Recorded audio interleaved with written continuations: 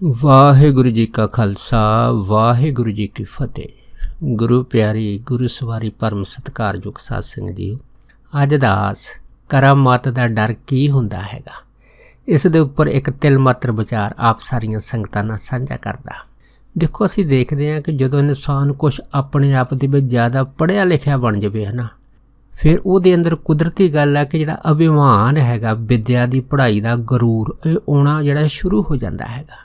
ਜਦੋਂ ਉਹਦੇ ਅੰਦਰ ਵਿਦਿਆ ਦਾ ਗਰੂਰ ਅਭਿਮਾਨ ਹੋਣਾ ਸ਼ੁਰੂ ਹੋ ਜਾਵੇ, ਫਿਰ ਉਹ ਹੋਰ ਪਾਸੇ ਤਾਂ ਨਹੀਂ, ਖਾਸ ਕਰਕੇ ਜਿਹੜੇ ਧਾਰਮਿਕ ਮਹਾਂਪੁਰਖ ਹੁੰਦੇ ਹਨ, ਉਹਨਾਂ ਧਾਰਮਿਕ ਮਹਾਂਪੁਰਖਾਂ ਦੇ ਉੱਤੇ ਕਈ ਤਰ੍ਹਾਂ ਦੇ ਜਿਹੜੇ ਸਵਾਲ ਜਾਂ ਪ੍ਰਸ਼ਨ ਚਿੰਨ੍ਹ ਜਿਹੜੇ ਹੈ ਉਹ ਲੋਕ ਖੜੇ ਕਰ ਦਿੰਦੇ ਆ, ਅਤੇ ਉਹਨਾਂ ਨੂੰ ਖਾਸ ਕਰਕੇ ਇਹ ਕਹਿ ਦਿੰਦੇ ਆ ਕਿ ਅਗਰ ਤੁਹਾਡੇ ਵਿੱਚ ਕੋਈ ਸ਼ਕਤੀ ਹੈਗੀ ਆ, ਤੁਹਾਡੇ ਵਿੱਚ ਕੋਈ ਇਸ ਤਰ੍ਹਾਂ ਦਾ ਬਲ ਹੈਗਾ, ਤਾਂ ਤੁਸੀਂ ਸਾਨੂੰ ਆਪਣੀ ਜਿਹੜੀ ਕਰਾਮਾਤ ਹੈ ਨਾ ਕਰਕੇ ਦਿਖਾ ਲਓ। ਸੋ ਇਹੋ ਜਿਹੇ ਜਿਹੜੇ ਪੜ੍ਹੇ ਲਿਖੇ ਮੂਰਖ ਵਿਦਵਾਨ ਹੁੰਦੇ ਹਨ, ਫਿਰ ਉਹ ਸੰਤ ਮਹਾਂਪੁਰਖਾਂ ਨੂੰ ਤੰਗ ਕਰਨਾ ਸ਼ੁਰੂ ਕਰ ਦਿੰਦੇ ਆ। ਪਰ ਅਖੀਰ ਅਸੀਂ ਦੇਖਦੇ ਹਾਂ ਕਿ ਜਦੋਂ ਉਹਨਾਂ ਦੀ ਤੰਗੀ ਤੋਂ ਸੰਤ ਮਹਾਂਪੁਰਖ ਪੂਰੀ ਤਰ੍ਹਾਂ ਅੱਕ ਜਾਂਦੇ ਹਨ, ਤਾਂ ਫਿਰ ਜਦ ਉਹਨਾਂ ਨੂੰ ਕਰਾਮਾਤ ਦਿਖਾਉਣ ਵਾਸਤੇ ਕਹਿ ਦਿੰਦੇ ਆ ਕਿ ਅਸੀਂ ਤੁਹਾਨੂੰ ਕਰਾਮਾਤ ਦਿਖਾਵਾਂਗੇ। ਬਸ ਕਰਾਮਾਤ ਉਹਨੇ ਕੀ ਦੇਖਣੀ ਆ, ਉਹ ਕਰਾਮਾਤ ਦੇ ਨਾਂ ਤੋਂ ਇੰਨੇ ਭੈਭੀਤ ਹੋ ਜਾਂਦੇ ਆ ਨਾ, ਮੁੜ ਕੇ ਸਾਰੀ ਉਮਰ ਕਦੀ ਵੀ ਕਰਾਮਾਤ ਦਾ ਕਦੀ ਨਾਮ ਤੱਕ ਵੀ ਨਹੀਂ ਲੈਂਦੇ। ਦਾਸ ਇਸ ਦੇ ਉੱਪਰ ਦੋ ਜਿਹੜੇ ਪ੍ਰਮਾਣ ਹੈਗੇ ਆ, ਆਪ ਸਾਰੀਆਂ ਸੰਗਤਾਂ ਨਾਲ ਸਾਂਝਾ ਕਰਦਾ। ਪਹਿਲਾ ਪ੍ਰਮਾਣ ਦਾਸ ਨਾ ਇਤਿਹਾਸਕ ਲੈਂਦਾ ਹੈਗਾ।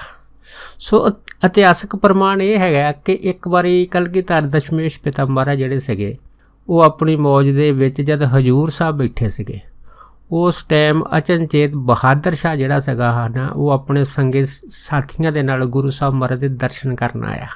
ਜਦ ਦਰਸ਼ਨ ਕਰਨ ਆਇਆ ਅਤੇ ਫਿਰ ਦੇਖੋ, ਇਸ ਦਰਸ਼ਨਾਂ ਦੇ ਵਿੱਚ ਬਹਾਦਰ ਸ਼ਾਹ ਜਿਸ ਜਗ੍ਹਾ ਬੈਠਾ ਸੀਗਾ, ਗੁਰੂ ਸਾਹਿਬ ਮਹਾਰਾਜ ਨੂੰ ਜਦ ਪਤਾ ਲੱਗਾ ਕਿ ਬਹਾਦਰ ਸ਼ਾਹ ਆਪਣੇ ਸੰਗੀ ਸਾਥੀਆਂ ਦੇ ਨਾਲ ਦਰਸ਼ਨ ਕਰ ਆ ਰਿਹਾ ਹੈਗਾ, ਅਤੇ ਜਿਸ ਜਗ੍ਹਾ ਨਾ ਬਹਾਦਰ ਸ਼ਾਹ ਨੇ ਜਿਹੜਾ ਸੀਗਾ ਉਹ ਆਪਣੇ ਕਾਫਲੇ ਨੂੰ ਰੋਕ ਕੇ ਰੱਖਿਆ ਸੀਗਾ, ਅਤੇ ਗੁਰੂ ਸਾਹਿਬ ਅਚਨਚੇਤ ਆਪ ਹੀ ਉੱਧਰ ਨੂੰ ਚਲੇ ਗਏ। ਜਦ ਚਲੇ ਗਏ ਅਤੇ ਬਹਾਦਰ ਸ਼ਾਹ ਨੂੰ ਵੀ ਇਸ ਦਾ ਖਬਰ ਦਾ ਪਤਾ ਲੱਗ ਗਿਆ, ਅਤੇ ਬਹਾਦਰ ਸ਼ਾਹ ਮਨ 'ਚ ਇੰਨਾ ਖੁਸ਼ ਹੋਇਆ, ਉਹਨੇ ਗੁਰੂ ਸਾਹਿਬ ਦੇ ਸਵਾਗਤ ਦੇ ਵਾਸਤੇ ਆਪਣੇ ਦੀਵਾਨ ਦੇ ਅੰਦਰ ਹੀ ਇੱਕ ਬੜਾ ਸੁੰਦਰ ਜਿਹੜਾ ਪਲੰਘ ਸੀ ਉਹਦਾ ਵਿਛਾਉਣਾ ਕੀਤਾ। ਅਤੇ ਜਦ ਪਲੰਘ ਦਾ ਵਿਛਾਉਣਾ ਕੀਤਾ, ਅਤੇ ਉਸ ਪਲੰਘ ਦੇ ਉੱਤੇ ਜਦ ਗੁਰੂ ਕਲਗੀਧਰ ਪਿਤਾ ਆ ਕੇ ਜਿਹੜੇ ਸੀਗੇ ਉਹ ਬੈਠੇ ਆ ਬਹਾਦਰ ਸ਼ਾਹ ਦੇ ਉਸ ਦੀਵਾਨ ਦੇ ਵਿੱਚ, ਅਤੇ ਬਹਾਦਰ ਸ਼ਾਹ ਇੱਕ ਛੋਟੀ ਜਿਹੜੀ ਹੈ ਨਾ ਕੁਰਸੀ ਸੀਗੀ, ਜਿਹੜੀ ਪਲੰਘ ਤੋਂ ਕਾਫੀ ਨੀਵੀਂ ਸੀ, ਉਹਦੇ ਉੱਤੇ ਆਪ ਜਿਹੜਾ ਸੀਗਾ ਉਹ ਬੈਠ ਗਿਆ। ਅਤੇ ਬਾਕੀ ਸਾਰੇ ਜਿਹੜੇ ਬਹਾਦਰ ਸ਼ਾਹ ਦੇ ਹੋਰ ਜਿੰਨੇ ਵੀ ਮਿੱਤਰ ਸੱਜਣ ਜਾਂ ਹੋਰ ਉਹਦੀ ਫੌਜ ਦੇ ਜਿੰਨੇ ਵੀ ਅਹਿਲਕਾਰ ਜਿਹੜੇ ਅਫਸਰ ਸੀਗੇ, ਉਹ ਸਾਰੇ ਭੁੰਜੇ ਬੈਠ ਗਏ। ਪਰ ਬਹਾਦਰ ਸ਼ਾਹ ਦਾ ਇੱਕ ਉਸਤਾਦ ਜਿਹੜਾ ਸੀਗਾ, ਉਹ ਇਸ ਗੱਲ ਦੀ ਜਿਹੜੀ ਮਨ ਵਿੱਚ ਉਹਦੇ ਵਿਚਾਰ ਆਈ ਕਿ ਦੇਖੋ, ਬਹਾਦਰ ਸ਼ਾਹ ਰਾਜਾ ਹੈਗਾ, ਮੈਂ ਬਹਾਦਰ ਸ਼ਾਹ ਨੂੰ ਬੜੀ ਤਾਲੀਮ ਦਿੱਤੀ ਆ, ਅਤੇ ਇਹਨੂੰ ਰਾਜਾ ਵੀ ਬਣਾਉਣ ਵਿੱਚ ਮੈਂ ਕੋਈ ਕਸਰ ਨਹੀਂ ਛੱਡੀ। ਪਰ ਅੱਜ ਇੱਕ ਜਿਹੜਾ ਉੱਚ ਦਾ ਪੀਰ ਹੈਗਾ, ਉਸ ਉੱਚ ਦੇ ਪੀਰ ਦੇ ਮੂਹਰੇ ਬਹਾਦਰ ਸ਼ਾਹ ਦੀ ਜਿਹੜੀ ਜੋ ਚਮਕ ਦਮਕ ਹੈਗਾ, ਉਹ ਬਿਲਕੁਲ ਫਿੱਕੀ ਪੈ ਗਈ ਹੈ। ਅਤੇ ਇਸ ਕਰਕੇ ਕੋਈ ਐਸਾ ਪ੍ਰਸ਼ਨ ਕੀਤਾ ਜਾਵੇ ਜਿਹਦੇ ਨਾਲ ਬਹਾਦਰ ਸ਼ਾਹ ਖੁਸ਼ ਹੋਵੇ, ਕਿਉਂਕਿ ਉਹਨੂੰ ਪਤਾ ਲੱਗ ਗਿਆ ਸੀਗਾ ਕਿ ਬਹਾਦਰ ਸ਼ਾਹ ਕਲਗੀਧਰ ਪਿਤਾ ਸਾਹਿਬ ਸ੍ਰੀ ਗੁਰੂ ਗੋਬਿੰਦ ਸਿੰਘ ਮਹਾਰਾਜ ਦਾ ਬਹੁਤ ਹੀ ਜ਼ਿਆਦਾ ਵੱਡਾ ਸ਼ਰਧਾਲੂ ਹੈਗਾ। ਅਤੇ ਇਸ ਕਰਕੇ ਕੋਈ ਐਸਾ ਪ੍ਰਸ਼ਨ ਕਰੀਏ ਕਿ ਜਿਹਦੇ ਨਾਲ ਕਲਗੀਧਰ ਪਿਤਾ ਨੂੰ ਕੋਈ ਜਵਾਬ ਨਾ ਆਵੇ। ਫਿਰ ਉਸੇ ਹੀ ਉਸਤਾਦ ਨੇ ਕਲਗੀਧਰ ਪਿਤਾ ਨੂੰ ਇਹ ਪ੍ਰਸ਼ਨ ਕੀਤਾ ਕਿ ਦੇਖੋ, ਤੁਸੀਂ ਸਾਨੂੰ ਅਗਰ ਕਹੋ ਤਾਂ ਮੈਂ ਤੁਹਾਡੇ ਨਾਲ ਜਿਹੜਾ ਹੈ ਇੱਕ ਦੋ ਪ੍ਰਸ਼ਨ ਸਾਂਝੇ ਕਰ ਸਕਦਾ। ਫਿਰ ਕਲਗੀਧਰ ਪਿਤਾ ਜੀ ਨੇ ਕਿਹਾ, ਹਾਂ ਕਿਉਂ ਨਹੀਂ, ਤੁਸੀਂ ਜੇ ਅਗਰ ਕੋਈ ਪ੍ਰਸ਼ਨ ਸਾਂਝਾ ਕਰਨਾ ਚਾਹੇ ਤਾਂ ਬੇਸੰਕੋਚ ਹੋ ਕੇ ਕਰ ਸਕਦੇ। ਫਿਰ ਦੇਖੋ, ਉਸੇ ਉਸਤਾਦ ਨੇ ਫਿਰ ਕਲਗੀਧਰ ਪਿਤਾ ਨੂੰ ਪਹਿਲਾ ਪ੍ਰਸ਼ਨ ਕੀਤਾ ਕਿ ਤੁਸੀਂ ਇਹ ਦੱਸੋ ਕਿ ਜਿਹੜੀ ਕਰਾਮਾਤ ਹੈਗੀ ਆ, ਇਹ ਕਿਹੜੀ ਕਰਾਮਾਤ ਹੈਗੀ ਆ ਕਿ ਜਿਹਦੇ ਨਾਲ ਤੁਹਾਡੀ ਜਿਹੜੀ ਚੜ੍ਹਤ ਹੈਗੀ ਆ, ਇਹ ਪੂਰੇ ਸੰਸਾਰ ਦੇ ਵਿੱਚ ਬਣੀ ਹੋ ਹੈ।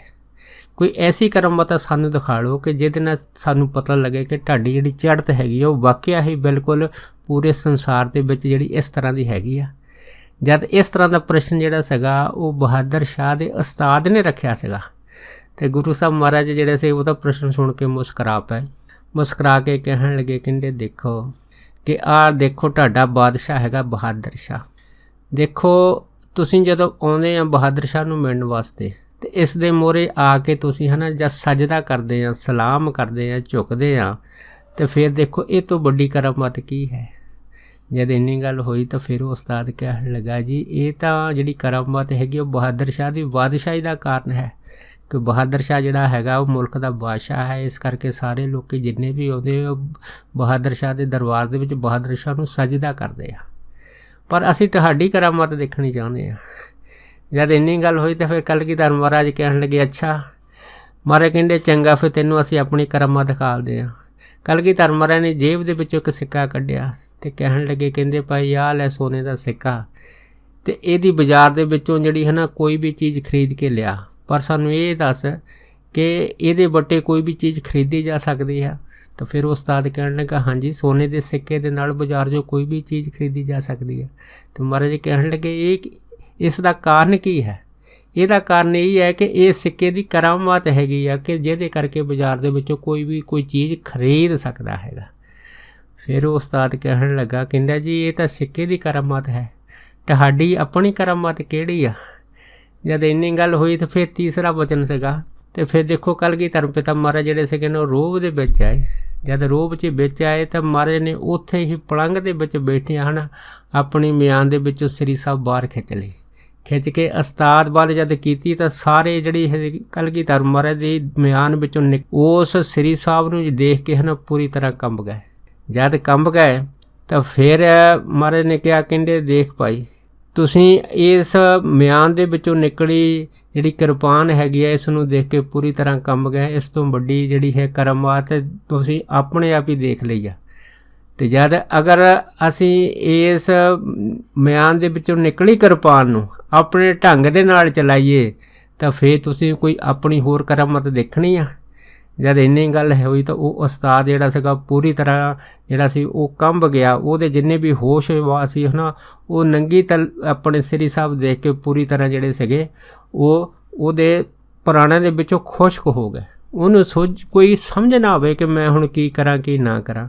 ਹੁਣ देखो एक पासे कलगीधर महाराज दे म्यान दे विचों हत्थ दे विच जिहड़ी आ ਉਹ नंगी जिहड़ी शमशीर हैगी आ ਉਹ दग दग कर रही है, तो दूजे पासे जिहड़े बहादुर साहब दे बड़े फौजी अफसर भी आ जां होर भी आ वो महाराज दे हत्थ विच जिहड़ी नंगी सरी साहब देख के है ना पसीनो पसीनी हो रहे आ। तो महाराज कहन लगे देखो भाई इस सरी साहब दे दर्शन करदे ही तुहाडे जिहड़े सारिਆਂ ਦੇ ਸਾਹ सुक गए, ਤੁਹਾਨੂੰ ਕੱਚੀਆਂ ਤਰੇਲੀਆਂ आउणियां शुरू हो गईਆਂ। अगर तुसीं इस दी होर भी करामात देखनी है तो असीं फिर दिखा सकते हैं। जद इन्नी गल होई सी तो फिर वो बहादुर शाह दा जिहड़ा उस्ताद सीगा है ना वो महाराज दा ये जिहड़ा जोशीला रूप सीगा सरी साहब हत्थ विच फड़ी तो देख के इन्ना भयभीत हो गया कि सारे जिहड़े ने कलगीधर महाराज दे चरनां दे विच लम्मे पै के जिहड़ी डंडौत बंदना करन लग पए सीगे। सो कहण तो भाव ये है कि जिहड़े कहिंदे हन भी असीं सानूं कोई करामात दिखा लो करामात दिखा लो, पर जद करामात दा जिहड़ा हैगा वो समां आउंदा है ना तो वो करामात दे नां ते पूरी तरह भयभीत हो जांदे आ। सो दास ने ये तो एक है ना एक इतिहासक जिहड़ी हैगी आ जो साखी आ विचार हैगी वो आप जी के सामने जिहड़ी है वो रखी आ। दूसरा जिहड़ा प्रमाण हैगा वो दास दा जिहड़ा है ना वो दुनियावी प्रमाण है।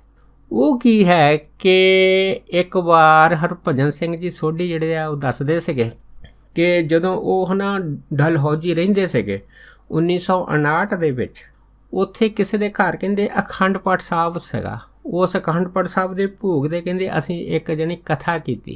जद कहंदे कथा कीती तो असीं की देखिया कि साडे सज्जे पासे है ना एक कोई बजुर्ग जिहड़े सी कोई विद्वान कह लो वो बैठे होए सी, पर जद कथा दा भोग पिया वो सज्जे पासे तो उठ के कहंदे फिर साडे आ के है ना खब्बे पासे बैठ गए। जद खब्बे पासे बैठ गए तो फिर मैनूं कहण लगे कहंदे भी मेरा नां जिहड़ा है ना नानक सिंह नावलिस्ट हैगा। तो फिर कहंदे उन्हें मैनूं दस्सिया कि मैं इत्थे जद डलहौजी आउंदा है ना तो इत्थे आके है ना हरेक साल एक नावल लिखदा हैगा। तो फिर उन्हें कहंदे कहण लगा मैनूं कहंदा भी मैं जिन्ने नावल लिखे आ सारे ने मेरी खूब प्रशंसा कीती आ, पर मेरा एदकी कोशिश है कि मैं एक ऐसा नावल लिखां तो इस नावल का जिहड़ा नां हैगा वो मैं आत्मक नावल लिखिया हैगा। तो ये जिहड़ा आत्मक नावल हैगा मैं शुरू किया हैगा, ये 374 जिहड़े हैं सफ़े आ पूरे हो चुके आ। तो इस दे विच कहंदे फिर वो नानक सिंह नावलिस्ट ने मैनूं ये भी दस्सिया कि इस नावल दे अंदर कहंदे जिन्ने भी आस्तक वा मैं उन्हां नूं खूब कहंदे रगड़िया हैगा। ਤੇ ਜਿੰਨੇ ਆਸਤਕ ਆ ਨਾ ਕਹਿੰਦੇ ਉਹਨਾਂ ਨੂੰ ਉੱਚਾ ਚੁੱਕਿਆ ਹੈਗਾ। ਪਰ ਕਹਿੰਦੇ ਅੱਜ ਮੈਂ ਤੁਹਾਡੀ ਕਥਾ ਸੁਣੀ ਆ ਇਸ ਭੋਗ ਦੇ ਵਿੱਚ, ਤੇ ਕਥਾ ਸੁਣ ਕੇ ਮੇਰਾ ਜੀਅ ਕੀਤਾ ਕਿ ਜਿਹੜਾ ਮੈਂ 374 ਸਫ਼ਿਆਂ ਦਾ ਇਹ ਆਤਮਿਕ ਨਾਵਲ ਜੋ ਲਿਖਣਾ ਸ਼ੁਰੂ ਕੀਤਾ ਹੈਗਾ ਉਹਦੇ ਸਾਰੇ ਸਫ਼ੇ ਪਾੜ ਦਿਆਂ। ਕਿਉਂਕਿ ਅੱਜ ਮੈਨੂੰ ਇੱਕ ਸੱਚਾ ਆਸਤਕ ਮਿਲ ਗਿਆ ਹੈਗਾ। ਫਿਰ ਕਹਿੰਦੇ ਜਦ ਇਸ ਤਰ੍ਹਾਂ ਦੀ ਨੂੰ ਵਿਚਾਰ ਰੱਖੀ ਤੇ ਅਸੀਂ ਕੁਛ ਨਹੀਂ ਬੋਲੇ। ਕਹਿੰਦੇ ਅਸੀਂ ਉੱਥੋਂ ਚਲੇ ਗਏ। ਉਸ ਤੋਂ ਬਾਅਦ ਕਹਿੰਦੇ ਵੀ ਉਹਨੇ ਕੁਛ ਦਿਨਾਂ ਬਾਅਦ ਮੈਨੂੰ ਇੱਕ 8 ਸਫ਼ਿਆਂ ਦੀ ਚਿੱਠੀ ਲਿਖੀ ਨਾਨਕ ਸਿੰਘ ਨਾਵਲਿਸਟ ਨੇ। ਕਹਿੰਦੇ ਜਦ 8 ਸਫ਼ਿਆਂ ਦੀ ਚਿੱਠੀ ਲਿਖੀ ਤੇ ਇਹਦੇ ਵਿੱਚ ਉਹਨੇ ਇਹ ਵੀ ਲਿਖਿਆ ਕਿ ਮੇਰਾ ਲੜਕਾ ਤੇ ਨੌਂ ਵੀ ਆ ਰਹੇ ਆ, ਅਸੀਂ ਤੁਹਾਨੂੰ ਘਰ ਦੇ ਵਿੱਚ ਜਿਹੜਾ ਬੁਲਾਉਣਾ ਹੈਗਾ ਤੇ ਉਸ ਘਰ ਦੇ ਵਿੱਚ ਬੁਲਾ ਕੇ ਅਸੀਂ ਤੁਹਾਡੇ ਨਾਲ ਕੋਈ ਪ੍ਰਸ਼ਨ ਉੱਤਰ ਕਰਨੇ ਆ। ਜਦ ਕਹਿੰਦੇ ਇਹ ਗੱਲ ਹੋਈ ਤਾਂ ਕਹਿੰਦੇ ਫਿਰ ਮੈਂ ਉਹ 8 ਸਫ਼ਿਆਂ ਦਾ ਜਿਹੜਾ ਚਿੱਠੀ ਸੀਗੀ ਕਹਿੰਦੇ ਕਿ ਉਹਦਾ ਤਾਂ ਮੈਂ ਇੱਥੇ ਜਵਾਬ ਨਹੀਂ ਸੀ ਦੇ ਸਕਦਾ। ਫਿਰ ਅਸੀਂ ਸੋਚਿਆ ਕਿ ਚਲੋ ਇਸ ਤਰ੍ਹਾਂ ਕਰਦੇ ਹਾਂ ਕਿ ਉਹਨਾਂ ਦੇ ਨਾਨਕ ਸਿੰਘ ਦੇ ਘਰ ਹੀ ਚੱਲਦੇ ਹਾਂ। ਜਦੋਂ ਕਹਿੰਦੇ ਅਸੀਂ ਘਰ ਜਾਣ ਲੱਗੇ ਅਚਨਚੇਤ ਕਹਿੰਦੇ 2 ਜਿਹੜੇ ਫੌਜੀ ਮਿੱਤਰ ਸੀਗੇ ਕਹਿੰਦੇ ਉਹ ਵੀ ਮੇਰੇ ਨਾਲ ਆ ਗਏ। ਤਾਂ ਬਸ ਕਹਿੰਦੇ ਅਸੀਂ 2 ਫੌਜੀ ਮਿੱਤਰਾਂ ਨੂੰ ਨਾਲ ਲੈ ਕੇ ਨਾਨਕ ਸਿੰਘ ਦੇ ਘਰ ਪਹੁੰਚੇ। ਜਦ ਪਹੁੰਚੇ ਤਾਂ ਕਹਿੰਦੇ ਵੀ ਬਸ ਉੱਥੇ ਬੈਠਿਆਂ ਪਹਿਲਾਂ ਤਾਂ ਜਿਹੜੀ ਵਿਚਾਰ ਵਟਾਂਦਰਾ ਸੀਗਾ ਬੜਾ ਵਧੀਆ ਤਰੀਕੇ ਨਾਲ ਸ਼ੁਰੂ ਹੋਇਆ। ਪਰ ਹੌਲੀ ਹੌਲੀ ਜਿਹੜੇ ਸੀ ਪ੍ਰਸ਼ਨ ਜਿਹੜੇ ਸੀ ਉਹ ਇਸ ਢੰਗ ਦੇ ਹੋਏ ਕਿ ਕਈ ਊਟ ਪਟਾਂਗ ਜਿਹੜੇ ਪ੍ਰਸ਼ਨ ਸੀਗੇ ਉਹ ਨਾਨਕ ਸਿੰਘ ਤੇ ਉਹਦਾ ਜਿਹੜਾ ਨਾਲ ਦੇ ਰਿਸ਼ਤੇਦਾਰ ਸੀਗੇ ਕਹਿੰਦੇ ਉਹਨਾਂ ਨੇ ਸਾਨੂੰ ਪੁੱਛਣੇ ਸ਼ੁਰੂ ਕਰ ਦਿੱਤੇ। ਜਦ ਕਹਿੰਦੇ ਪੁੱਛਣੇ ਸ਼ੁਰੂ ਕਰ ਦਿੱਤੇ ਤੇ ਹਰਭਜਨ ਸਿੰਘ ਸੋਢੀ ਕਹਿਣ ਲੱਗੇ ਕਿ ਮੈਂ ਬੜੇ ਸਹਿਜ ਨਾਲ ਬੜੇ ਸੁੰਦਰ ਤਰੀਕੇ ਨਾਲ ਉਹਨਾਂ ਦੇ ਜਵਾਬ ਦਿੱਤੇ। ਪਰ ਅਖੀਰ ਕਹਿੰਦੇ ਵੀ ਜਦ ਅਸੀਂ ਦੇਖਿਆ ਕਿ ਇਹਨਾਂ ਪ੍ਰਸ਼ਨਾਂ ਦੇ ਊਟ ਪਟਾਂਗ ਪ੍ਰਸ਼ਨਾਂ ਤੋਂ ਬਾਅਦ ਉਹਨਾਂ ਦੇ ਕਈ ਐਸੇ ਪ੍ਰਸ਼ਨ ਸੀਗੇ ਜਿਹੜੇ ਗੁਰੂ ਸਾਹਿਬ ਮਹਾਰਾਜ ਦੇ ਬਿਲਕੁਲ ਉਲਟ ਸੀਗੇ। ਤੇ ਬਸ ਕਹਿੰਦੇ ਉਹ ਇੰਨੇ ਕਹਿੰਦੇ ਉਲਟ ਸੀਗੇ ਕਿ ਉਹਨਾਂ ਨੂੰ ਸੁਣ ਕੇ ਸਾਡਾ ਜਿਹੜਾ ਮਨ ਸੀਗਾ ਸ਼ਰਮ ਦੇ ਨਾਲ ਝੁਕ ਜਾਂਦਾ ਸੀਗਾ। ਜਦ ਕਹਿੰਦੇ ਇੰਨੀ ਗੱਲ ਹੋਈ ਤੇ ਮੇਰੇ ਜਿਹੜੇ ਨਾਲ ਦੇ 2 ਫੌਜੀ ਸੀਗੇ ਕਹਿੰਦੇ ਉਹ ਪਹਿਲਾਂ ਤਾਂ ਚੁੱਪ ਕਰਕੇ ਸੁਣਦੇ ਰਹੇ। ਅਖੀਰ ਜਦ ਕਹਿੰਦੇ ਪ੍ਰਸ਼ਨ ਜਿਹੜੇ ਸੀਗੇ ਊਟ ਪਟਾਂਗ ਇਸ ਤਰ੍ਹਾਂ ਦੇ ਕਹਿੰਦੇ ਉਹ ਜਿਹੜੇ ਸੀਗੇ ਪੁੱਠੇ ਸੁੱਧੇ ਜਿਹੜੇ ਕਈ ਤਰ੍ਹਾਂ ਦੇ ਪੁੱਛਣੇ ਸ਼ੁਰੂ ਕਰ ਦਿੱਤੇ। ਤੇ ਕਹਿੰਦੇ ਫੌਜੀ ਜਿਹੜੇ ਮੇਰੇ ਨਾਲ ਦੇ ਜਵਾਨ ਸੀਗੇ ਮੈਨੂੰ ਕਹਿਣ ਲੱਗੇ ਕਹਿੰਦੇ ਵੀ ਹਰਭਜਨ ਸਿਆਂ ਕਹਿੰਦੇ ਕੀ ਤੂੰ ਨਪੁੰਸਕ ਹੈਗਾ? ਕਹਿੰਦੇ ਦੇਖੋ ਇਹਨਾਂ ਦੇ ਊਟ ਪਟਾਂਗ ਪ੍ਰਸ਼ਨ ਪੁੱਛਣ ਤੇ ਤੇਰਾ ਕਹਿੰਦੇ ਖੂਨ ਨਹੀਂ ਡੋਲਦਾ, ਤੇਰਾ ਖੂਨ ਕਹਿੰਦੇ ਖਿਲਦਾ ਨਹੀਂ ਹੈਗਾ। ਕਹਿੰਦੇ ਅਸੀਂ ਜਦ ਇਹਨਾਂ ਨੂੰ ਮਿਲਣਾ ਅਸੀਂ ਪਹਿਲਾਂ ਦੱਸ ਦਿੱਤਾ ਸੀ ਅਸੀਂ ਫੌਜੀ ਹਾਂ ਤੇ ਸਾਡਾ ਤਾਂ ਕਹਿੰਦੇ ਦਿਮਾਗ ਜਿਹੜਾ ਇਹੋ ਜਿਹੇ ਪ੍ਰਸ਼ਨ ਸੁਣ ਕੇ ਅੱਜ ਇੰਨਾ ਜਿਹੜਾ ਹੈਗਾ ਉਹ ਜੋਸ਼ ਜਾਂ ਜਲੌਦ ਦੇ ਵਿੱਚ ਆ ਗਿਆ ਜੇ ਕਹਿੰਦੇ ਅਸੀਂ ਇਹਨਾਂ ਨੂੰ ਆਪਣੀ ਪਹਿਲਾਂ ਆ ਕੇ ਆਪਣੀ ਇੰਟਰਵਿਊ ਨਾ ਦਿੰਦੇ ਨਾ ਆਪਣੀ ਜਿਹੜੀ ਹੈਗੀ ਆ ਉਹ ਇੰਟਰੋਡਕਸ਼ਨ ਕਰਾਉਂਦੇ ਤੇ ਅੱਜ ਕਹਿੰਦੇ ਅਸੀਂ 3 ਦਾ ਭੋਗ ਪਾ ਦੇਣਾ ਸੀ। ਕਹਿੰਦੇ ਇਹ ਮੇਰੇ ਨਾਲ ਦੇ ਮਿੱਤਰ ਜਿਹੜੇ ਸੀਗੇ ਬੜੇ ਕਹਿੰਦੇ ਗੁੱਸੇ ਵਿੱਚ ਬੋਲੇ। ਖੈਰ ਕਹਿੰਦੇ ਅਸੀਂ ਚੁੱਪ ਕਰਕੇ ਉੱਥੋਂ ਜਿਹੜੇ ਸੀਗੇ ਨਿਕਲ ਆਏ। ਉਸ ਤੋਂ ਬਾਅਦ ਕਹਿੰਦੇ ਉੱਥੇ ਡਲਹੌਜੀ ਦੇ ਵਿੱਚ ਜਦ ਗਰਮੀਆਂ ਹੁੰਦੀਆਂ ਸੀਗੀਆਂ ਉਸ ਗਰਮੀਆਂ ਵਿੱਚ ਜਿਹੜਾ ਸੀਗਾ ਇੱਕ ਜੋੜ ਮੇਲਾ ਲੱਗਦਾ ਸੀਗਾ ਗੁਰੂ ਨਾਨਕ ਸਾਹਿਬ ਮਹਾਰਾਜ ਦਾ। ਤੇ ਇਸ ਜੋੜ ਮੇਲੇ ਤੋਂ ਪਹਿਲਾਂ ਇੱਕ ਨਗਰ ਕੀਰਤਨ ਨਿਕਲਦਾ ਹੁੰਦਾ ਸੀਗਾ। ਕਹਿੰਦੇ ਜਦ ਨਗਰ ਕੀਰਤਨ ਨਿਕਲਦਾ ਹੁੰਦਾ ਸੀਗਾ ਤੇ ਉਸ ਨਗਰ ਕੀਰਤਨ ਦੇ ਵਿੱਚ ਕਹਿੰਦੇ ਜਦ ਨਗਰ ਕੀਰਤਨ ਨਿਕਲਿਆ ਤੇ ਉਸ ਨਗਰ ਕੀਰਤਨ ਦੇ ਵਿੱਚ ਉਹ ਨਗਰ ਕੀਰਤਨ ਵਾਲੀ ਜਿਹੜੀ ਕਮੇਟੀ ਸੀ ਉਹਨਾਂ ਨੇ ਕਹਿੰਦੇ ਇੱਕ ਐਲਾਨ ਕੀਤਾ ਕਿ ਕੱਲ੍ਹ ਜਦੋਂ ਆਪਣੇ ਗੁਰਦੁਆਰੇ ਸਾਹਿਬ ਪ੍ਰੋਗਰਾਮ ਹੋਊਗਾ ਉਸ ਪ੍ਰੋਗਰਾਮ ਦੇ ਵਿੱਚ ਜਿਹੜੇ ਨਾਨਕ ਸਿੰਘ ਨਾਵਲਿਸਟ ਆ ਉਹ 10 ਤੋਂ 11 ਵਜੇ 1 ਘੰਟਾ ਗੁਰੂ ਨਾਨਕ ਮਿਸ਼ਨ ਦੇ ਉੱਤੇ ਜਿਹੜਾ ਉਹ ਆਪਣੇ ਵਿਚਾਰ ਰੱਖਣਗੇ। ਜਦ ਕਹਿੰਦੇ ਇੰਨੀ ਗੱਲ ਹੋਈ ਤਾਂ ਕੁਦਰਤੀ ਕਹਿੰਦੇ ਉਸ ਤੋਂ ਬਾਅਦ ਕਹਿੰਦੇ ਨਾਨਕ ਸਿੰਘ ਸਾਨੂੰ ਮਿਲ ਗਿਆ। ਕਹਿੰਦੇ ਜੇ ਨਾਨਕ ਸਿੰਘ ਸਾਨੂੰ ਉੱਥੇ ਉਸ ਤੋਂ ਬਾਅਦ ਮਿਲਿਆ ਇਸ ਐਲਾਨ ਤੋਂ ਬਾਅਦ ਤੇ ਕਹਿੰਦੇ ਮੇਰੇ ਨਾਲ ਮੇਜਰ ਜਸਵੰਤ ਸਿੰਘ ਸੰਧੂ ਹੁੰਦੇ ਸੀ ਤੇ ਇੱਕ ਮਿੱਤਰ ਹੋਰ ਹੁੰਦੇ ਸੀਗੇ। ਤੇ ਕਹਿੰਦੇ ਜਦ ਮੇਜਰ ਨੇ ਕਹਿੰਦੇ ਨਾਨਕ ਸਿੰਘ ਨੂੰ ਦੇਖਿਆ ਤੇ ਮੇਜਰ ਦਾ ਦੇਖਦੇ ਸਾਰੀ ਕਹਿੰਦੇ ਖੂਨ ਜਿਹੜਾ ਸੀ ਖੋਲਣ ਲੱਗ ਪਿਆ। ਤੇ ਕਹਿੰਦੇ ਬਸ ਕਹਿੰਦੇ ਨਾਨਕ ਸਿੰਘ ਦੇ ਨਾਲ ਉਹਨੇ ਗੱਲਬਾਤ ਕੀਤੀ। ਕਹਿੰਦੇ ਸਾਨੂੰ ਪਤਾ ਲੱਗਾ ਹੈਗਾ ਕਿ ਤੂੰ ਕੱਲ੍ਹ ਗੁਰੂ ਨਾਨਕ ਮਿਸ਼ਨ ਦੇ ਉੱਤੇ ਗੁਰਦੁਆਰਾ ਸਾਹਿਬ ਦੇ ਵਿਖੇ ਆਪਣੇ ਵਿਚਾਰ ਰੱਖਣੇ ਆ। ਤੇ ਨਾਨਕ ਸਿੰਘ ਕਹਿਣ ਲੱਗਾ ਕਹਿੰਦਾ ਵੀ ਤੁਹਾਨੂੰ ਕੋਈ ਇਤਰਾਜ਼ ਹੈਗਾ? ਜਦ ਇੰਨੀ ਗੱਲ ਹੋਈ ਆ ਤਾਂ ਫਿਰ ਦੇਖੋ ਮੇਜਰ ਜਸਵੰਤ ਸਿੰਘ ਜਿਹੜੇ ਸੀਗੇ ਉਹ ਇੰਨੇ ਜਾਣੀ ਜਲੌਦ ਦੇ ਵਿੱਚ ਬੋਲੇ। ਉਹ ਕਹਿਣ ਲੱਗੇ ਕਹਿੰਦੇ ਵੀ ਇੱਕ ਗੱਲ ਸੁਣ ਲਾ, ਇੱਕ ਤਾਂ ਤੂੰ ਜਿਹੜਾ ਗੁਰੂ ਸਾਹਿਬਾਨਾਂ ਦੇ ਨਾਲ ਅੰਦਰ ਖਾਤੇ ਬਹੁਤ ਗਲਤ ਬੋਲਦਾ ਹੈਗਾ ਤੇ ਦੂਸਰਾ ਕੀ ਹੈਗਾ ਤੂੰ ਆਪਣੀ ਜਿਹੜੀ ਪ੍ਰਸੰਨਤਾ ਵਾਸਤੇ ਸਿਰਫ ਸੰਗਤਾਂ ਦੇ ਸਾਹਮਣੇ ਗੁਰਦੁਆਰੇ ਵਿੱਚ ਗੁਰੂ ਨਾਨਕ ਮਿਸ਼ਨ ਦੇ ਉੱਤੇ ਜਿਹੜਾ ਸੀਗਾ ਬੋਲਣ ਲਈ ਜਿਹੜਾ ਸੀਗਾ ਤੂੰ ਇਹ ਜੋ ਟਾਈਮ ਲਿਆ ਹੋਇਆ ਕਹਿੰਦੇ ਇਹ ਜਿਹੜਾ ਜੋ ਟਾਈਮ ਲਿਆ ਹੋਇਆ ਕਹਿੰਦੇ ਅਸੀਂ ਤੇਰਾ ਜਿਹੜਾ ਭਾਂਡਾ ਹੈਗਾ ਕਹਿੰਦੇ ਗੁਰਦੁਆਰੇ ਸਾਹਿਬ ਦੇ ਵਿੱਚ ਹੀ ਭੰਨ ਦਿਆਂਗੇ। ਜਦ ਕਹਿੰਦੇ ਮੇਜਰ ਜਸਵੰਤ ਸਿੰਘ ਸੰਧੂ ਨੇ ਕਹਿੰਦੇ ਨਾਨਕ ਸਿੰਘ ਨੂੰ ਸਿੱਧੀ ਜਿਹੜੀ ਸੀ ਉਹ ਬੰਗਾਰ ਦੇ ਦਿੱਤੀ। ਕਹਿੰਦੇ ਨਾਨਕ ਸਿੰਘ ਦੇਖ ਕੇ ਕਹਿੰਦੇ ਸੀਗਾ ਉਹ ਕੰਬਣ ਲੱਗ ਪਿਆ ਤੇ ਮੇਜਰ ਨੇ ਇੱਥੇ ਤੱਕ ਕਹਿਤਾ, ਕਹਿੰਦੇ ਅਗਰ ਤੂੰ ਗੁਰਦੁਆਰੇ ਸਾਹਿਬ ਦੇ ਵਿੱਚ ਬਾਬੇ ਨਾਨਕ ਦੇ ਮਿਸ਼ਨ ਦੇ ਉੱਤੇ ਇੱਕ ਵੀ ਅੱਖਰ ਬੋਲਿਆ ਹੈ ਨਾ, ਕਹਿੰਦੇ ਮੈਂ ਉਸੇ ਟਾਈਮ ਉੱਠ ਕੇ ਹੈ ਨਾ, ਕਹਿੰਦੇ 100 ਛਿੱਤਰ ਤੇਰੇ ਸਿਰ ਦੇ ਵਿੱਚ ਕਹਿੰਦੇ ਗੁਰਦੁਆਰੇ ਸਾਹਿਬ ਦੇ ਵਿੱਚ ਕਹਿੰਦੇ ਅਸੀਂ ਮਾਰ ਦੇਣੇ ਆ। ਜਦ ਜਸਵੰਤ ਸਿੰਘ ਸੰਧੂ ਦੇ ਇੰਨੇ ਜਿਹੜੇ ਗਰਮ ਜਾਂ ਜੋਸ਼ੀਲੇ ਬਚਨ ਸੁਣ ਕੇ ਕਹਿੰਦੇ ਨਾਨਕ ਸਿੰਘ ਜਿਹੜਾ ਸੀ ਚੁੱਪ ਕਰ ਗਿਆ। ਉਸੇ ਟਾਈਮ ਹੀ ਕਹਿੰਦੇ ਜਾ ਕੇ ਹੈ ਨਾ ਕਮੇਟੀ ਦੇ ਕੋਲ ਜਿਹੜਾ ਸੈਕਟਰੀ ਸਾਹਿਬ ਸੀਗਾ ਉਹਨੂੰ ਜਾ ਕੇ ਉਹਨੇ ਕਹਿਤਾ ਕਿ ਕੱਲ੍ਹ ਜਿਹੜਾ ਤੁਸੀਂ ਮੈਨੂੰ ਟਾਈਮ ਦਿੱਤਾ ਹੈ ਨਾ ਰਾਤ 10 ਤੋਂ 11 ਵਜੇ ਗੁਰੂ ਨਾਨਕ ਮਿਸ਼ਨ 'ਤੇ ਬੋਲਣ ਦਾ, ਕਹਿੰਦੇ ਉਹ ਮੈਂ ਕਹਿੰਦੇ ਉਹ ਪ੍ਰੋਗਰਾਮ ਜਿਹੜਾ ਹੈ ਨਾ ਕੈਂਸਲ ਕਰ ਦਿੱਤਾ ਹੈਗਾ। ਉਸ ਤੋਂ ਬਾਅਦ ਕਹਿੰਦੇ ਫਿਰ ਜਦੋਂ ਨਾਨਕ ਸਿੰਘ ਕਹਿੰਦੇ ਮੈਨੂੰ ਵਿੱਚ ਮਿਲੇ, ਕਹਿੰਦੇ ਮਿਲਣ ਤੋਂ ਬਾਅਦ ਕਹਿੰਦੇ ਮੈਨੂੰ ਕਹਿਣ ਲੱਗੇ ਵੀ ਤੇਰੇ ਮਿਲਣ ਦੇ ਕਰਕੇ ਮੇਰੇ ਜਿੰਨੇ ਵੀ ਜਿਹੜੇ ਸ਼ੰਕੇ ਸੀਗੇ ਉਹ ਸਾਰੇ ਤਕਰੀਬਨ ਕਹਿੰਦੇ ਨਿਕਲ ਚੁੱਕੇ ਆ। ਪਰ ਕਹਿੰਦੇ ਹੁਣ ਮੇਰੇ ਗੱਲ 'ਚ ਇੱਕ ਗੱਲ ਰਹਿ ਗਈ ਆ ਕਿ ਅਸੀਂ ਤੈਨੂੰ ਤਾਂ ਮੰਨਾਂਗੇ ਜੇ ਤੂੰ ਸਾਨੂੰ ਕੋਈ ਨਾ ਕੋਈ ਜਿਹੜੀ ਹੈ ਨਾ ਆਪਣੀ ਕਰਾਮਾਤ ਦਿਖਾੜੇ। ਦੇਖੋ ਹਰਭਜਨ ਸਿੰਘ ਸੋਢੀ ਹੁਣਾਂ ਨੂੰ ਜਦ ਨਾਨਕ ਸਿੰਘ ਨਾਵਲਿਸਟ ਨੇ ਇਹ ਗੱਲ ਕਹੀ ਸੀ ਤੇ ਹਰਭਜਨ ਸਿੰਘ ਸੋਢੀ ਦੱਸਦੇ ਆ ਕਹਿੰਦੇ ਪਹਿਲਾਂ ਪਹਿਲ ਤਾਂ ਮੈਂ ਇਹਨੂੰ ਟਾਲਦਾ ਰਿਹਾ ਹੈਗਾ ਕਿ ਭਾਈ ਕਰਾਮਾਤ ਕਹਿਰ ਦਾ ਨਾਂ ਹੈਗਾ ਅਤੇ ਇਸ ਤਰ੍ਹਾਂ ਦੀਆਂ ਗੱਲਾਂ ਨਹੀਂ ਕਰੀਦੀਆਂ। ਪਰ ਕਹਿੰਦੇ ਜਦੋਂ ਵੀ ਮਿਲੇ ਉਹ ਖਹਿੜਾ ਹੀ ਪੈ ਗਿਆ ਕਿ ਅਗਰ ਤੁਸੀਂ ਆਪਣੇ ਆਪ ਨੂੰ ਸਿੱਖ ਕਹਾਉਂਦੇ ਹੈਗੇ ਆ ਗੁਰੂ ਘਰ ਦੇ ਵਿੱਚ ਅਤੇ ਫਿਰ ਕਹਿੰਦੇ ਤੁਸੀਂ ਸਾਨੂੰ ਆਪਣੀ ਕੋਈ ਨਾ ਕੋਈ ਕਰਾਮਾਤ ਦਿਖਾ ਲਓ। ਕਹਿੰਦੇ ਜਦ ਇੰਨੀ ਗੱਲ ਹੋਈ ਜਦ ਖਹਿੜਾ ਹੀ ਪੈ ਗਿਆ ਤਾਂ ਅਚਨਚੇਤ ਕਹਿੰਦੇ ਫਿਰ ਮੇਰੇ ਮੂੰਹੋਂ ਨਿਕਲਿਆ, ਕਹਿੰਦੇ ਮੈਂ ਉਹਨੂੰ ਨਾਨਕ ਸਿੰਘ ਨੂੰ ਕਹਿ ਤਾ ਕਿ ਅਗਰ ਤੂੰ ਸੱਚਮੁੱਚ ਕਰਾਮਾਤ ਦੇਖਣੀ ਆ ਅਤੇ ਅੱਜ ਫਿਰ ਤੈਨੂੰ ਦਿਖਾਈ ਦਿੰਦੇ ਆ। ਅਤੇ ਕਹਿੰਦੇ ਕਹਿਣ ਲੱਗਾ ਕਿ ਦੱਸੋ ਕੀ ਦਿਖਾਉਂਗੇ। ਕਹਿੰਦੇ ਮੈਂ ਉਹਨੂੰ ਇਹ ਗੱਲ ਕਹਿ ਤੀ ਕਿ ਅੱਜ ਤੇਰੀ ਜਿਹੜੀ ਹੈ ਨਾ ਖੱਬੀ ਲੱਤ ਵਾ ਉਹ ਕਹਿੰਦੇ ਟੁੱਟ ਜਾਊਗੀ। ਜਦ ਕਹਿੰਦੇ ਇੰਨੀ ਗੱਲ ਹੋਈ ਤਾਂ ਨਾਨਕ ਸਿੰਘ ਕਹਿੰਦੇ ਮੂੰਹ 'ਚ ਬੜਾ ਮੁਸਕਰਾਉਣ ਲੱਗ ਪਿਆ ਤਾਂ ਮੇਰੇ ਨਾਲ ਹੱਥ ਮਿਲਾ ਕੇ ਕਹਿਣ ਲੱਗਿਆ, ਕਹਿੰਦਾ ਆਹ ਤਾਂ ਹੋਈ ਨਾ ਗੱਲ, ਮੈਂ ਵੀ ਦੇਖਾਂਗਾ ਕਿ ਮੇਰੀ ਖੱਬੀ ਲੱਤ ਕੌਣ ਤੋੜੂ। ਅਤੇ ਕਹਿੰਦੇ ਫਿਰ ਅਸੀਂ ਵੀ ਕਹਿਤਾ ਵੀ ਅਸੀਂ ਵੀ ਗੁਰੂ ਦੇ ਸਿੱਖ ਨਹੀਂ, ਜੇ ਤੇਰੀ ਖੱਬੀ ਲੱਤ ਨਾ ਟੁੱਟੂਗੀ ਤਾਂ ਕਹਿੰਦੇ ਫਿਰ ਸਾਨੂੰ ਵੀ ਫੜ ਲਈ। ਜਦ ਕਹਿੰਦੇ ਇਸ ਤਰ੍ਹਾਂ ਦੀ ਵਿਚਾਰ ਦੇ ਉਤਰਾਅ ਚੜ੍ਹਾਅ ਚੱਲੇ, ਕਹਿੰਦੇ ਨਾਨਕ ਸਿੰਘ ਉਸੇ ਟਾਈਮ ਹੱਥ ਮਿਲਾ ਕੇ ਜਿਹੜਾ ਸੀਗਾ ਉਹ ਚਲੇ ਗਿਆ। ਉਸ ਤੋਂ ਬਾਅਦ ਕਹਿੰਦੇ ਨਾਨਕ ਸਿੰਘ ਦਾ ਪ੍ਰੋਗਰਾਮ ਜਿਹੜਾ ਸੀਗਾ ਉਹ ਅੰਮ੍ਰਿਤਸਰ ਜਾਣ ਦਾ ਸੀਗਾ। ਪਰ ਜਦ ਨਾਨਕ ਸਿੰਘ ਘਰ ਪਹੁੰਚਿਆ ਕਹਿੰਦੇ ਵੀ ਸਾਡਾ ਉਹਨੇ ਜੇ ਹਿਸਾਬ ਦੇ ਨਾਲ ਕਹਿੰਦੇ ਅਸੀਂ ਗੱਲ ਕੀਤੀ ਸੀਗੀ, ਕਹਿੰਦੇ ਉਹਦੇ ਮਨ ਦੇ ਵਿੱਚ ਵਿਚਾਰ ਜਿਹੜੀ ਸੀ ਵਾਰ-ਵਾਰ ਆਈ ਜਾਵੇ ਕਿ ਵਾਕਿਆ ਹੀ ਹਰਭਜਨ ਸਿੰਘ ਸੋਢੀ ਹੁਣਾਂ ਨੇ ਜੇ ਗੱਲ ਕਹਿਤੀ ਹੈ ਨਾ ਵੀ ਮੇਰੀ ਜਿਹੜੀ ਆ ਉਹ ਖੱਬੀ ਲੱਤ ਟੁੱਟ ਜਾਏਗੀ ਅਤੇ ਮੈਨੂੰ ਲੱਗਦਾ ਕਿ ਵਾਕਿਆ ਮੇਰੀ ਖੱਬੀ ਲੱਤ ਜਿਹੜੀ ਆ ਜ਼ਰੂਰ ਟੁੱਟੇਗੀ, ਕਿਉਂਕਿ ਨਾਨਕ ਸਿੰਘ ਦਾ ਜਿਹੜਾ ਵਿਚਾਰ ਸੀਗਾ ਇਹ ਅੰਦਰ ਮਨ ਦੇ ਵਿੱਚ ਸਾਰੀ ਰਾਤ ਜਿਹੜਾ ਸੀਗਾ ਉਹ ਗਹਿਰਾ ਹੁੰਦਾ ਗਿਆ। ਅਤੇ ਅਗਲੇ ਦਿਨ ਕਹਿੰਦੇ ਉਹਨੇ ਅੰਮ੍ਰਿਤਸਰ ਜਾਣਾ ਸੀਗਾ। ਜਦ ਕਹਿੰਦੇ ਉਹ ਆਪਣੇ ਬੱਸ ਸਟੈਂਡ 'ਤੇ ਗਿਆ ਅਤੇ ਉੱਥੇ ਜਾ ਕੇ ਉਹਨੇ ਟਿਕਟ ਵੀ ਲਈ, ਬੱਸ ਵਿੱਚ ਵੀ ਬੈਠ ਗਿਆ। ਜਦ ਬੈਠ ਗਿਆ ਅਤੇ ਉਹ ਜਿਹੜੇ ਬਾਰ-ਬਾਰ ਕੰਨਾਂ ਦੇ ਵਿੱਚ ਇਹੋ ਆਵਾਜ਼ ਆਵੇ ਵੀ ਤੇਰੀ ਅੱਜ ਜਿਹੜੀ ਹੈ ਨਾ ਖੱਬੀ ਲੱਤ ਉਹ ਟੁੱਟ ਕੇ ਰਹੂਗੀ। ਅਤੇ ਕਹਿੰਦੇ ਨਾਨਕ ਸਿੰਘ ਜਿਹੜਾ ਸੀਗਾ ਉਹ ਮਨ 'ਚ ਸੋਚਦਾ ਇੰਨਾ ਪਸੀਨੋ-ਪਸੀਨੀ ਹੋਇਆ। ਉਸੇ ਟਾਈਮ ਜਿਹੜੀ ਹੈ ਨਾ ਉਹ ਬੱਸ ਦੇ ਵਿੱਚ ਉਤਰ ਗਿਆ। ਮਨ 'ਚ ਇਹ ਸੋਚ ਵਿਚਾਰ ਆਈ ਕਿ ਕਿਤੇ ਇਸ ਬੱਸ ਦਾ ਰਾਹ 'ਚ ਐਕਸੀਡੈਂਟ ਨਾ ਹੋ ਜਾਵੇ। ਅਗਰ ਇਹ ਐਕਸੀਡੈਂਟ ਹੋ ਗਿਆ ਤਾਂ ਅੱਜ ਮੇਰੀ ਖੱਬੀ ਲੱਤ ਜ਼ਰੂਰ ਟੁੱਟ ਜਾਏਗੀ। ਅਤੇ ਹਰਭਜਨ ਸਿੰਘ ਸੋਢੀ ਦਾ ਕਿਹਾ ਜਿਹੜਾ ਸੀਗਾ ਕਹਿੰਦੇ ਉਹ ਲੱਗਦਾ ਹੈਗਾ ਕਿ ਉਹ ਜ਼ਰੂਰ ਹੋ ਕੇ ਰਹੇਗਾ, ਕਿਉਂਕਿ ਆਮ ਕਹਿੰਦੇ ਮੈਂ ਦੇਖਿਆ ਕਿ ਹਰਭਜਨ ਸਿੰਘ ਸੋਢੀ ਦੇ ਜਿੰਨੇ ਵੀ ਵਿਚਾਰ ਹੈਗੇ ਜਾਂ ਸੰਗਤਾਂ ਦਾ ਜੋ ਪ੍ਰੇਮ ਪਿਆਰ ਹੈਗਾ, ਕਹਿੰਦੇ ਉਸ ਤੋਂ ਮੈਨੂੰ ਲੱਗਦਾ ਹੈਗਾ ਕਿ ਅੱਜ ਮੇਰੀ ਖੱਬੀ ਲੱਤ ਜਿਹੜੀ ਹੈ ਨਾ ਜ਼ਰੂਰ ਟੁੱਟੇਗੀ। ਉਸ ਤੋਂ ਬਾਅਦ ਕਹਿੰਦੇ ਜਦ ਨਾਨਕ ਸਿੰਘ ਜਿਹੜਾ ਸੀ ਉਹ ਟਿਕਟ ਵਾਪਸ ਕਰਕੇ ਕਹਿੰਦੇ ਫਿਰ ਮੈਨੂੰ ਲੱਭਣ ਲੱਗ ਪਿਆ।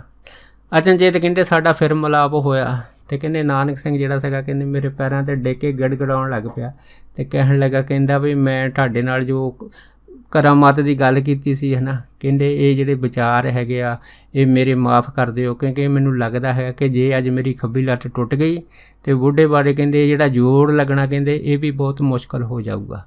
ਫਿਰ ਨਾਨਕ ਸਿੰਘ ਨੇ ਘਬਰਾਉਂਦੇ ਜਾਣੀ ਕਿ ਕਹਿੰਦੇ ਗੜਗੜਾਉਂਦੇ ਇੱਥੋਂ ਤੱਕ ਕਹਿ ਤਾ, ਕਹਿੰਦੇ ਵੀ ਭਾਈ ਜਿਹੜਾ ਝੱਗਾ ਹੈਗਾ ਅਗਰ ਝੱਗਾ ਵੇਚ ਕੇ ਜਿਹੜਾ ਹੈਗਾ ਉਹ ਕੋਈ ਮੁਸੀਬਤ ਮੁੱਲ ਲੈ ਲਈਏ ਅਤੇ ਕਹਿੰਦੇ ਫਿਰ ਉਹ ਜਿਹੜੀ ਲਈ ਆ ਕਹਿੰਦੇ ਕੋਈ ਸਿਆਣਪ ਵਾਲੀ ਗੱਲ ਨਹੀਂ ਆ।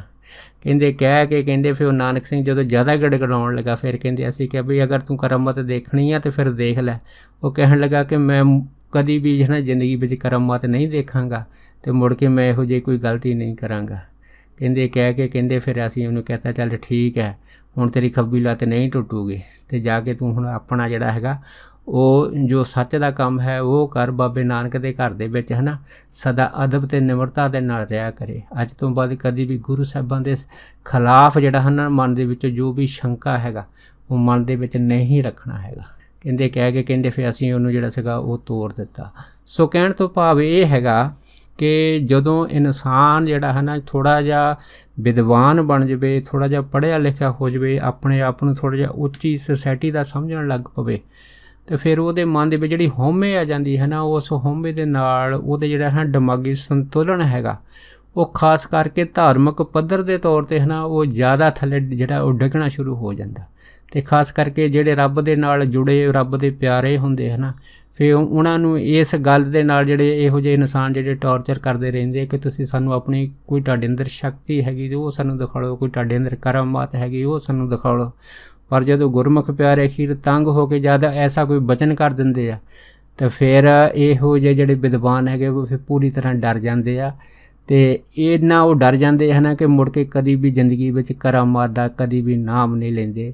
ਜਿਵੇਂ ਬਹਾਦਰ ਸ਼ਾਹ ਦਾ ਜਿਹੜਾ ਉਸਤਾਦ ਸੀਗਾ ਕਲਗੀਧਰ ਮਹਾਰਾਜ ਦੇ ਕਰਾਮਾਤ ਦੇ ਨਿਕਲੀ ਜਿਹੜੀ ਸਰੀਰ ਸਾਫ ਸੀਗੀ ਉਸ ਤੋਂ ਇਸ ਤਰ੍ਹਾਂ ਡਰ ਗਿਆ ਸੀਗਾ ਨਾ ਕਿ ਮੁੜ ਕੇ ਉਹਨੇ ਕਦੀ ਵੀ ਜ਼ਿੰਦਗੀ ਵਿੱਚ ਕਰਾਮਾਤ ਦਾ ਨਾਮ ਨਹੀਂ ਲਿਆ। ਇਸੇ ਤਰ੍ਹਾਂ ਨਾਨਕ ਸਿੰਘ ਹੁਣੇ ਵੀ ਜਿਹੜੇ ਸੀ ਹਰਭਜਨ ਸਿੰਘ ਸੋਢੀ ਦੇ ਜਿਹੜੀ ਕਰਾਮਾਤ ਦੀ ਜਿਹੜੀ ਗੱਲ ਕਹੀ ਸੀਗੀ ਕਿ ਤੇਰੀ ਖੱਬੀ ਲੱਤ ਟੁੱਟ ਜਾਏਗੀ, ਉਸ ਤੋਂ ਇੰਨੀ ਤਰ੍ਹਾਂ ਭੈਭੀਤ ਹੋ ਗਿਆ ਸੀ ਕਿ ਮੁੜ ਕੇ ਜ਼ਿੰਦਗੀ ਵਿੱਚ ਵੀ ਕਦੀ ਵੀ ਕਰਾਮਾਤ ਲਫ਼ਜ਼ ਦਾ ਜਿਹੜਾ ਹੈਗਾ ਜ਼ਿੰਦਗੀ ਵਿੱਚ ਕਦੀ ਨਾਮ ਨਹੀਂ ਉਹਨੇ ਵੀ ਲਿਆ ਸੀਗਾ। ਸੋ ਦਾਸ ਇੰਨੇ ਹੀ ਬਚਨ ਕਰਦਾ ਹੋਇਆ ਖਿਮਾ ਦਾ ਜਾਚਕਵਾ ਜੀ ਹੋਈਆਂ ਬੇਅੰਤ ਭੁੱਲਾਂ ਚੁੱਕਾਂ ਦੀ ਖਿਮਾ ਬਖਸ਼ਣੀ। ਸੋ ਫਤਿਹ ਬੁਲਾਓ।